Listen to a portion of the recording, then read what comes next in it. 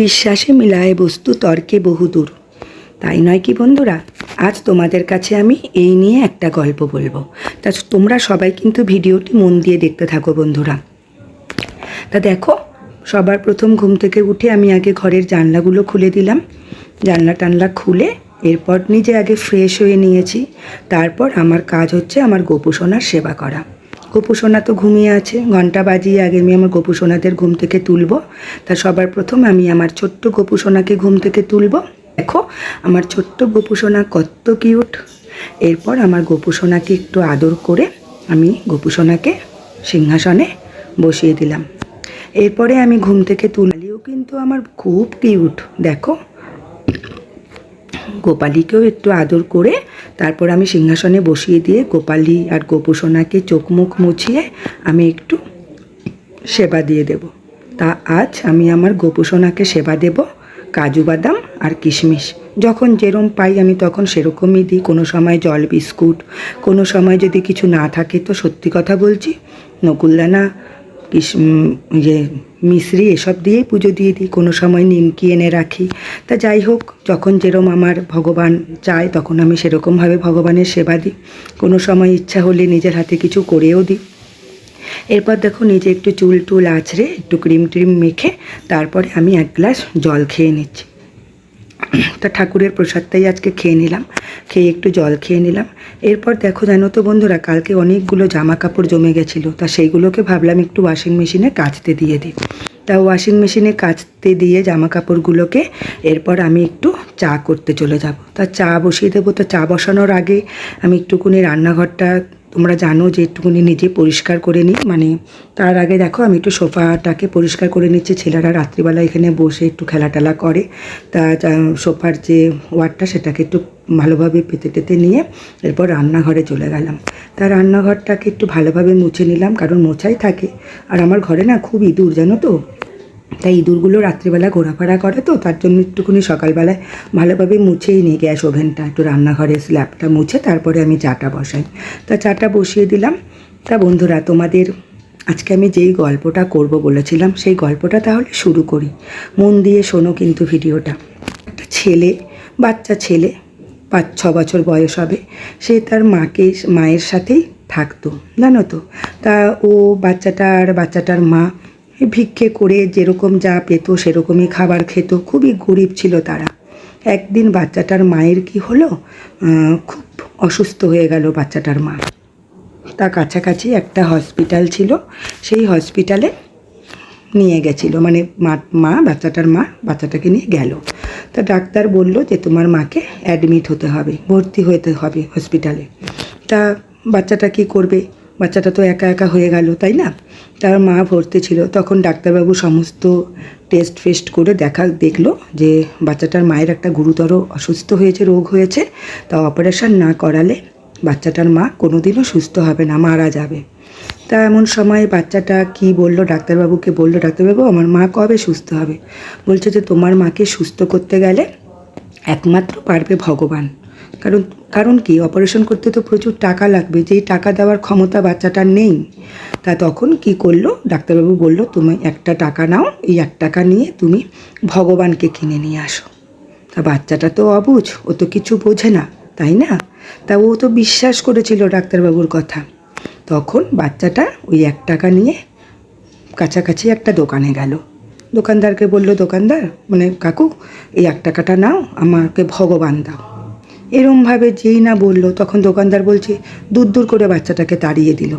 এরমভাবে 2 নম্বর দোকানে গেল, একই বলল। দোকানদারও বলল দূর করে তাড়িয়ে দিল। এরমভাবে 3 নম্বর দোকানে গেল, 4 নম্বর দোকানে গেল। গিয়ে যেই দোকানেই যায় দোকানদার ওকে বাচ্চাটাকে দূর করে তাড়িয়ে দেয়, কারণ ভগবান তো কোনো দোকানে বিক্রি হয় না, তাই না। এরমভাবে 10 নম্বর দোকানে যখন গেল, দোকানদার বলল তুমি কি চাও? বলছে কাকু আমি ভগবান চাই। বলছে ভগবান নিয়ে তুমি কি করবে? বলে আমার মা হসপিটালে ভর্তি, ডাক্তারবাবু বলেছে যে 1 টাকাটা দিয়ে যে তুমি ভগবানকে কিনে নিয়ে আসো, তোমার মাকে একমাত্র ভগবানই বাঁচাতে পারবে। তখন লোকটা বলছে তাই ভগবান বাঁচাতে পারবে? তোমার মা কোথায় ভর্তি আছে? তখন বাচ্চাটা বলল আমার মা এরকম এই কাছাকাছি এই হসপিটালটাতে এরকম নাম ধরে বলল এই হসপিটালটায় ভর্তি আছে। বলছে আচ্ছা, তো তুমি কিছু খেয়েছো বাবা? দোকানদার জিজ্ঞেস করলো। বলছে না কাকু, আমি কিচ্ছু খাইনি। তখন বাচ্চাটাকে দোকানদার বলল ঠিক আছে, তুমি এই খাবারটা খাও আর আমি আসছি। তখন বাচ্চাটাকে কিছু খাবার খেতে দিয়ে বাচ্চাটা তো খাচ্ছে, বলে আমি এক্ষুনি আসছি, তুমি খেতে থাকো। দোকানদার বেরিয়ে গেল। আর দোকানদারের দোকানে আরেকটা লোকও ছিল, সেই লোকটা ছিল দোকানে, তা বাচ্চাটাকে দেখছিল, বাচ্চাটা খাচ্ছিল। তাই এই সময় দোকানদার বেরিয়ে গেল। বেরিয়ে কি করলো, কিছুক্ষণ পরে আবার দোকানে চলে আসলো, আধ ঘন্টা মতন পরে দোকানে চলে আসলো। তাই এসে বাচ্চাটাকে বলছে, একটা কৌটো দিল, বলে এই কৌটোর মধ্যে ভগবান আছে, তুমি দোকানে হসপিটালে গিয়ে তোমার মাকে এই কৌটোর মধ্যে যে জিনিসটা আছে তোমার মাকে খাইয়ে দিও। আর ডাক্তারবাবুকে বলো যে আমি এর মধ্যে ভগবান নিয়ে এসেছি, এই কৌটোর মধ্যে যে খাইয়ে দেব, আমার মা ভালো হয়ে যাবে, সুস্থ হয়ে যাবে। তা বাচ্চাটা কৌটোটাকে সঙ্গে নিয়ে চলে গেল। কৌটোটার মধ্যে কি ছিল জানো তো বন্ধুরা? এক গ্লাস জল ছিল। তা যাই হোক, বাচ্চাটা তো হসপিটালে গিয়ে ওর মাকে জলটা খাইয়ে দিয়েছে, আর ডাক্তারবাবুকে বলেছে আমি এর মধ্যে ভগবান নিয়ে এসেছি, আমার মা এখন সুস্থ হয়ে যাবে। সত্যি সত্যিই তাই, বিশ্বাসে মিলায় বস্তু তর্কে বহুদূর। একদিন পরে ডাক্তারবাবু বলল তোমার মা সুস্থ হয়ে গেছে, চিন্তা করো না, তোমার মা কিছুদিনের মধ্যেই সুস্থ হয়ে যাবে। আসলে কি জানো তো বন্ধুরা, ওই যে দোকানদার যে বেরিয়ে গেছিল, দোকানদার হসপিটালে এসেছিল, এসে ডাক্তারবাবুর সাথে কথা বলে শুনলো যে বাচ্চাটার মাকে অপারেশন করতে অনেক টাকার দরকার, আর এই অপারেশনটা না করালে ওর মা সুস্থ হবে না। তো তখন ওই লোকটা ডাক্তারবাবুকে বলল তুমি ওকে সুস্থ করে দাও, যা অপারেশনের যা টাকা লাগবে আমি দেব। দেখো বন্ধুরা, ভগবান কিন্তু আমাদের কাছে স্বয়ং আসে না, ভগবান কিন্তু কোনো মানবের রূপ ধরেই আমাদের জীবনে আসে। তো বন্ধুরা, এই গল্পটা শুনে আমরা কি বুঝলাম? যে বাচ্চাটা ডাক্তারকে বিশ্বাস করেছিল যে ভগবানকে যদি সে কিনে নিয়ে আসে তাহলে তার মা সুস্থ হয়ে যাবে। তাই বাচ্চাটা দোকানে দোকানে ওই একটা টাকা নিয়ে ভগবানকে কিনতে গেছিল। কিন্তু ভগবানকে কি আর দোকানে কিনতে পাওয়া যায়? মানব রূপে যে দোকানদার ছিল, ভগবান রূপে ভগবানের বসে যে দোকানদার ছিল, সেই দোকানদারই কিন্তু মানবের রূপ ধরে বাচ্চাটার মাকে সুস্থ করতে হসপিটালে গেছিল। সমস্ত টাকা পয়সা পেমেন্ট কিন্তু ওই দোকানদারই করলো, যে বাচ্চাটা যেন অনাথ না হয়ে যায়। ডাক্তারবাবু, বাচ্চাটার মাকে আপনি সুস্থ করে দিন, অপারেশনের যা টাকা লাগবে আমি দেব। তা বন্ধুরা, গল্পটা তোমাদের কীরকম লাগলো তোমরা অবশ্যই আমাকে কমেন্ট করে জানাবে। তা তোমাদের সাথে দেখো, গল্পটা করতে করতে আমি আমার এই চুড়িদার আলমারিটা একটু গুছিয়ে নিলাম। অনেক দিন ধরেই ভাবছিলাম যে আলমারিটা গুছাবো, কিন্তু সময় হয়ে উঠছিল না বন্ধুরা। আসলে কি জানো তো, চুড়িদারগুলো পরা হয়, আবার যতই ভাঁজ করে রাখি না কেন এলোমেলো ঠিক হয়েই যাবে। তা টুকটাক জামা কাপড়গুলো ভালোভাবে গুছিয়ে টুছিয়ে নিতে নিতে তোমাদের সাথে আমি গল্পটা শেয়ার করলাম বন্ধুরা।